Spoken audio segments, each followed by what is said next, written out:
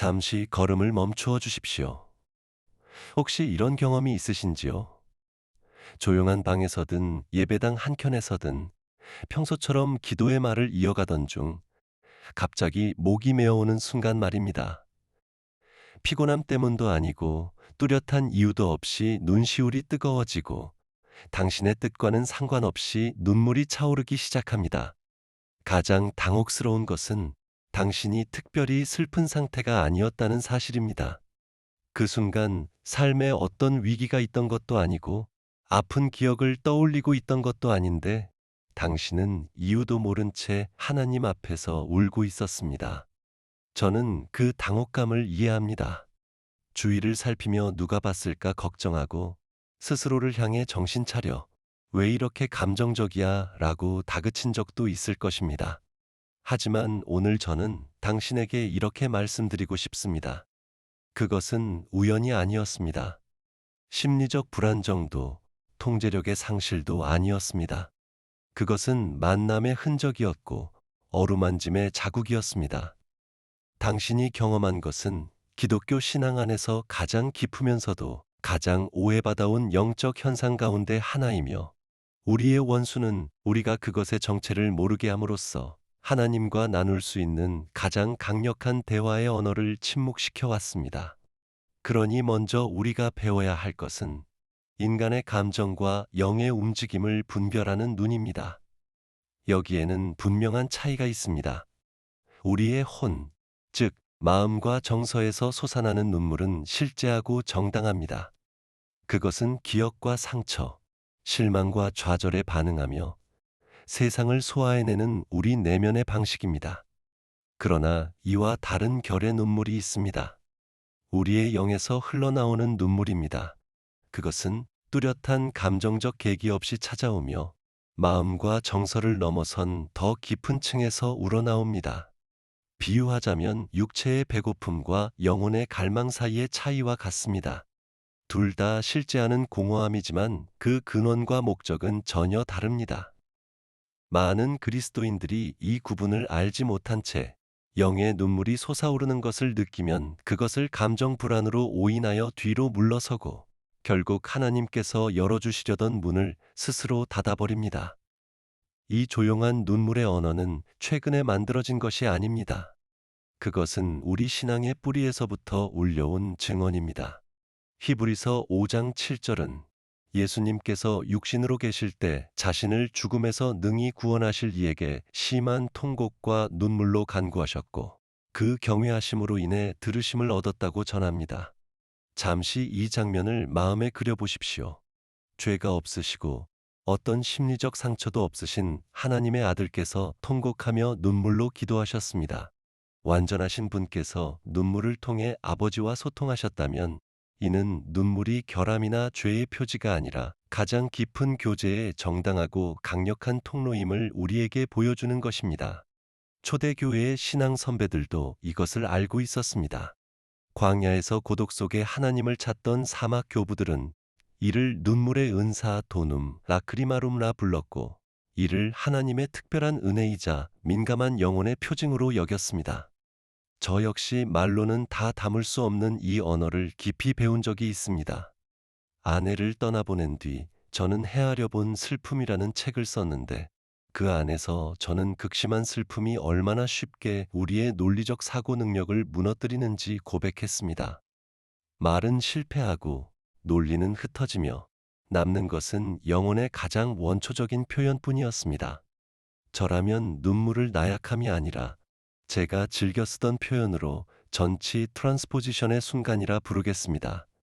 그것은 더 크고 복잡한 영적 실제가 더 단순하고 낮은 차원인 인간의 경험 형태로 옮겨 담기는 순간을 말합니다.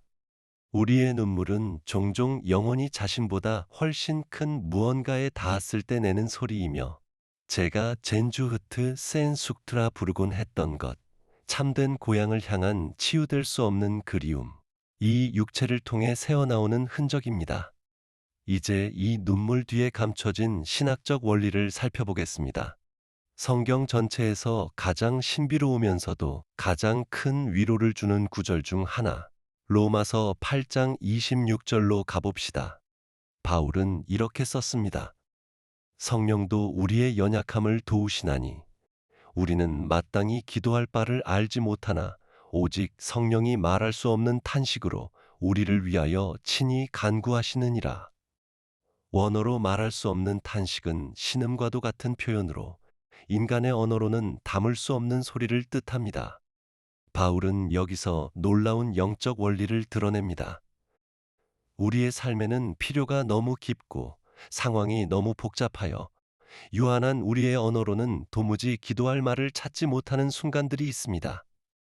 바로 그 지점, 우리의 언어가 바닥을 드러내는 그 자리에서 성령께서 대신 나서십니다. 그렇다면 이 말로 표현할 수 없는 신음의 가장 흔한 육체적 표현은 무엇일까요? 바로 눈물입니다. 기도 중에 흘리는 당신의 눈물은 어쩌면 당신이 흘리는 것이 아닐 수 있습니다. 그것은 당신의 영이 성령과 함께 인간의 언어를 넘어서는 주파수로 기도하고 있다는 증거일 수 있습니다. 이것을 열등한 기도라 여기지 마십시오. 오히려 말이 부적합해지는 바로 그 지점에서 시작되는 더 높은 차원의 기도입니다. 기도를 층위로 그려보면 이해가 쉬워집니다. 생각을 정리해 말로 표현하는 마음의 기도가 있고 감정을 쏟아내는 혼의 기도가 있으며 그보다 더 깊고 초월적인 영의 기도가 있습니다. 눈물은 흔히 이층위들 사이의 전환점에서 터져나옵니다. 순전히 정신적이고 감정적인 자리에서 벗어나 영적인 차원으로 진입하는 그 순간의 말입니다. 바울은 고린도전서에서 성령이 모든 것, 곧 하나님의 깊은 것까지도 통달하신다고 말합니다. 성령이 이끄시는 눈물은 우리의 의식적인 마음이 결코 닿을 수 없는 우리 자신과 하나님 안의 깊은 곳에 다다릅니다. 예를 들어 당신이 사랑하는 이의 병 낫기를 말로 기도하다가 갑자기 눈물을 쏟는다면 그것은 성령께서 그 병의 영적 뿌리와 감정적 상처, 당신조차 미처 알지 못하는 상황의 층위들을 만지고 계시기 때문일 수 있습니다. 당신의 말은 표면을 다루지만 당신의 눈물은 깊은 곳에서 일하고 있습니다. 하나님은 우리를 몸과 혼과 영, 세 겹의 존재로 지으셨고 각 층위마다 그분과 대화하는 고유한 언어를 주셨습니다. 몸은 무릎 꿇음과 손들임, 금식과 엎드림으로 말하고 혼은 언어와 생각과 노래와 표현된 감정으로 말하며 영은 더 직접적이고 직관적인 방식, 내적인 탄식과 방언, 그리고 눈물로 말합니다. 데살로니가전서 5장에서 바울이 너희의 온 영과 혼과 몸이 흠없게 보존되기를이라 기도할 때 그는 이 세 층위를 분명히 구분하고 있었습니다. 기도 중 솟아오르는 눈물은 흔히 이성의 필터와 감정의 기복을 건너뛰어 당신의 영이 하나님의 영과 직접 대화하는 통로입니다. 이 언어의 신성함에 대해 여전히 의문이 남는다면 성경에서 가장 짧은 구절, 요한복음 11장 35절로 가봅시다. 예수께서 눈물을 흘리시더라. 이 짧은 문장이 2000년 동안 소중히 전해진 이유를 생각해 보십시오. 예수님은 나사로의 무덤 앞에 서 계셨고 몇 분 안에 그를 다시 일으키실 것을 확신하고 계셨습니다. 슬픔이 곧 기쁨으로 뒤바뀔 것을 알고 계셨는데 어째서 우셨을까요? 절망도, 믿음의 결핍도, 감정의 통제불능도 아니었습니다. 그것은 훨씬 깊은 무엇이었습니다.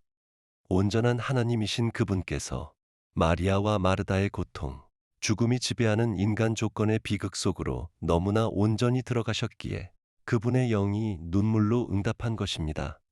그분은 해결책이 없어서 우신 것이 아니라 스스로가 해결책이셨기에 우셨습니다. 그리고 그 해결에는 우리의 고통을 온전히 함께 느끼는 일이 포함되어 있었습니다. 이 장면은 우리의 눈물을 나약함의 자리에서 거룩한 연민의 자리로 끌어올립니다. 이제 눈물의 신학을 이해했으니 그 가치를 발견할 차례입니다.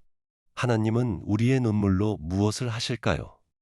다윗이 원수를 피해 도망치며 부르짖은 시편 56편 8절에 답이 있습니다.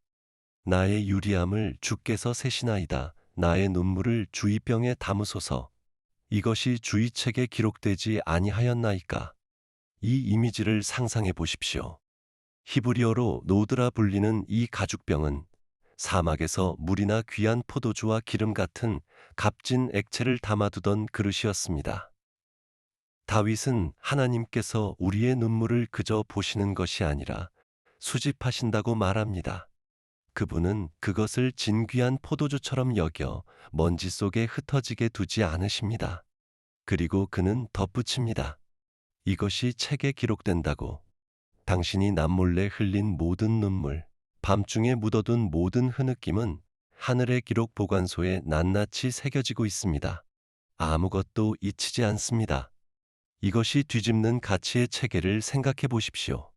우리 문화는 울음을 삼켜라, 강해져라라고 가르칩니다. 세상은 눈물을 감추어야 할 약점으로 여깁니다. 그러나 우주의 주인 되신 하나님은 그 눈물을 내게 다오. 그것은 내게 너무나 귀하여 특별한 그릇에 담고 그 사연 하나하나를 기록해 두겠다라고 말씀하십니다. 이것이 하나님 나라의 눈물 경제학입니다. 그분의 나라에서 눈물은 손실이 아니라 투자입니다. 시편 126편은 이 경제학의 공식을 보여줍니다. 울며 씨를 뿌리러 나가는 자는 반드시 기쁨으로 그 곡식단을 가지고 돌아오리로다. 이 농사의 비유를 살펴보십시오. 눈물은 시간이나 감정의 낭비가 아니라 씨앗입니다. 그리고 어떤 씨앗이든 올바른 토양에 심기면 반드시 열매를 냅니다. 진실한 기도와 중보, 부서진 심령으로 흘린 모든 눈물은 영의 밭에 심겨지는 씨앗이며 기쁨의 수확이라는 확실한 약속이 있습니다. 오늘 방황하는 자녀를 위해 흘리는 눈물은 그가 돌아올 길에 씨를 뿌리는 일입니다.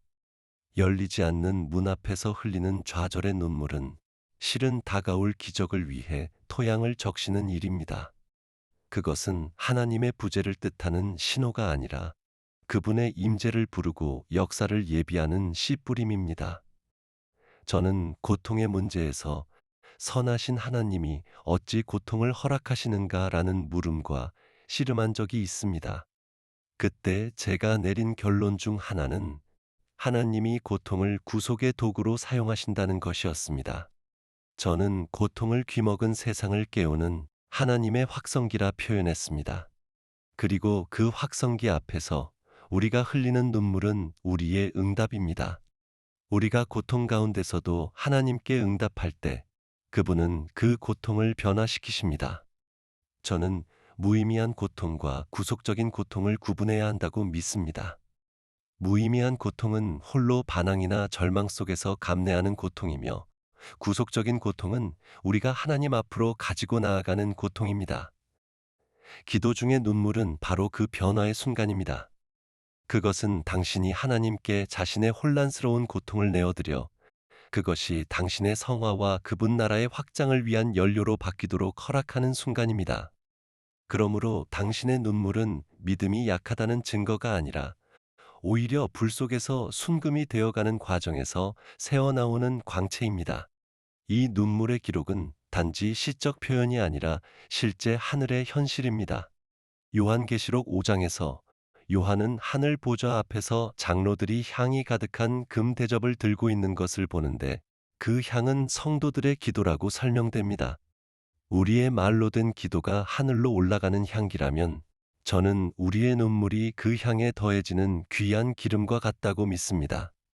말이 다하고 울음만 남았던 모든 조용한 중보의 순간은 영원히 기록되고 있습니다. 사무엘상에서 한나가 아들을 위해 성전에서 기도하던 장면을 떠올려 보십시오. 본문은 그녀가 마음으로 말하매 입술만 움직이고 음성은 들리지 아니했다고 전합니다. 제사장 엘리는 그녀를 오해하여 취한 줄로 여겼습니다. 당신이 울 때 세상은 당신을 오해할 수 있지만 하나님은 한나의 조용한 부르짖음을 완벽히 들으시고 그녀에게 선지자 사무엘을 주셨습니다. 아무도 모르는 새벽의 눈물도 하늘에서는 한치의 어긋남 없이 지켜지고 기록되고 있습니다. 이제 우리의 근본적인 시각이 바뀌어야 할 때입니다. 우리는 눈물을 나약함의 증거가 아니라 영적인 무기로 바라보아야 합니다. 창세기 21장의 하갈 이야기를 보십시오. 그녀와 아들 이스마엘은 광야로 쫓겨났고 물이 떨어졌습니다. 아들이 죽어가는 것을 볼 수 없어 그녀는 그를 덤불 아래 두고 멀리 떨어져 목 놓아 울었습니다. 그리고 17절에서 하나님은 그 아이의 소리를 들으셨다고 말씀하십니다. 그런데 눈여겨 보십시오. 소리내어 운 것은 하갈이었습니다. 여기에 중요한 진리가 있습니다. 하갈의 중보의 눈물이 그 아이의 필요를 향한 하나님의 관심을 이끌어낸 것입니다. 그리고 19절에서 하나님은 하갈의 눈을 밝히사 샘물을 보게 하십니다. 그 샘은 마법처럼 그 순간 창조된 것이 아니라 이미 그곳에 있었습니다. 하갈의 절망이 그녀의 눈을 가리고 있었을 뿐, 그녀의 항복의 눈물이 영적인 눈을 열어 하나님이 이미 예비해 두신 것을 보게 한 것입니다. 우리의 눈물도 마찬가지입니다. 그것은 마지못한 하나님을 설득해 없던 해결책을 만들어내는 것이 아니라 우리의 눈을 씻어 그분이 이미 우리 앞에 두신 것을 보게 합니다. 눈물은 또한 영적인 저항을 뚫는 도구입니다. 바울은 에베소서 6장에서 우리의 싸움이 혈과 육이 아니라 하늘의 정사와 권세들을 상대한다고 상기시킵니다. 보이지 않는 세계에는 막힘과 저항이 있으며 우리의 말과 선포된 믿음이 그 저항에 압력을 가합니다. 그러나 눈물은 그 압력의 최고점입니다. 그것은 가장 단단한 바위를 뚫는 다이아몬드 드릴과 같습니다. 열왕기하 20장의 히스기야 왕을 생각해 보십시오. 죽음의 문턱에서 이사야는 그에게 유언을 남기라 전했습니다. 히스기야는 얼굴을 벽으로 돌려 심히 통곡하며 기도했습니다. 그러자 이사야가 궁을 채 나서기도 전에 하나님의 말씀이 임했습니다. 내가 네 기도를 들었고 네 눈물을 보았노라. 내가 너를 낫게 하리라. 순서를 눈여겨 보십시오. 하나님은 기도를 들으셨지만 눈물을 보셨습니다. 기도가 들리지 않았던 것이 아니라 눈물이 즉각적이고 기적적인 응답을 이끌어낼 무게를 더했던 것입니다. 실제로 과학은 감정으로 흘리는 눈물이 단순히 눈을 적시는 눈물과는 화학적 성분이 다르며 스트레스 호르몬과 천연 진통 물질을 담고 있다고 말합니다. 저는 이것이 영적 세계에도 유비된다고 믿습니다. 기도 중의 눈물은 말만으로는 담을 수 없는 강도와 취약성과 헌신을 실어 나릅니다. 야고보는 의인의 간구는 역사하는 힘이 크다고 했는데 눈물은 바로 그 힘을 배가시킵니다. 당신이 누군가를 위해 울며 기도할 때 당신은 그저 그의 상황을 하나님께 보고하는 것이 아니라 영적인 의미에서 그의 짐을 함께 지고 있는 것입니다. 참된 중보는 요청 목록의 낭독이 아니라 태 안에서 생명이 자라듯 영 안에서 무언가를 품고 기다리는 일이며 모든 잉태에는 산고가 따르고 산고에는 눈물이 따릅니다. 물론 여기서 우리는 분별이 필요합니다. 모든 울음이 영적인 것은 아닙니다. 상대를 조종하기 위한, 동정을 얻어내기 위한 울음도 있습니다. 그러나 이런 눈물은 영적인 눈물과는 정반대의 성질을 지닙니다. 그 차이를 어떻게 알 수 있을까요? 예수님께서 마태복음 6장에서 열쇠를 주십니다. 너는 기도할 때에 골방에 들어가 문을 닫고 은밀한 중에 계신 네 아버지께 기도하라. 참된 영적 눈물은 관객을 필요로 하지 않습니다. 그것은 오직 하나님의 눈을 향한 것이며 우리를 놀라게 할 만큼 예상치 못하게 찾아오고 우리 뜻대로 부르거나 멈출 수 없습니다. 사실 우리가 그것을 부끄러워한다는 사실 자체가 그것이 연출된 것이 아님을 보여주는 증거입니다. 원수가 당신으로 하여금 그것을 억누르고 감추게 하려는 이유는 그가 그 눈물의 힘을 알기 때문입니다.